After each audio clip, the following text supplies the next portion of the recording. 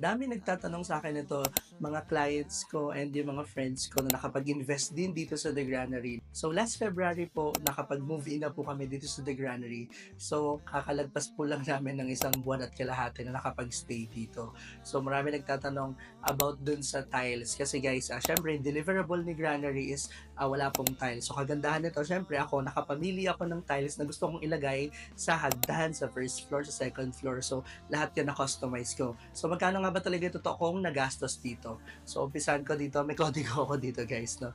So dun sa tiles po, 60 by 60 yung napili ko, no? So 20,600 po. So yun po is from the first floor hanggang second floor. Then yung sa hagdan guys, hindi ako nag 60 by 60. So ang binili ko is 20 by 100. So yung tiles niya is parang pahaba po siya. So 5,758 yung nagastos ko.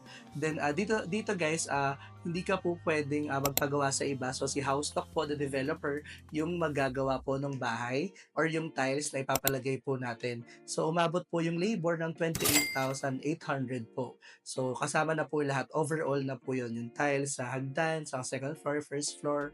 Tapos guys, syempre kapag may tile, may kakailanganin din po dyan na semento, na buhangin, tile grout.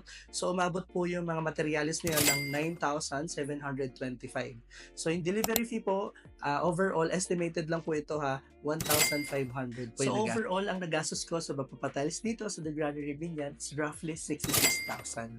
Kasama na po doon lahat-lahat ng pwedeng tilesan dito sa bahay, sa service porch, sa entrance porch, sa airwell, kasama na din po yung sa undersink kitchen, sa second floor, sa first floor, and yung sa hagdan.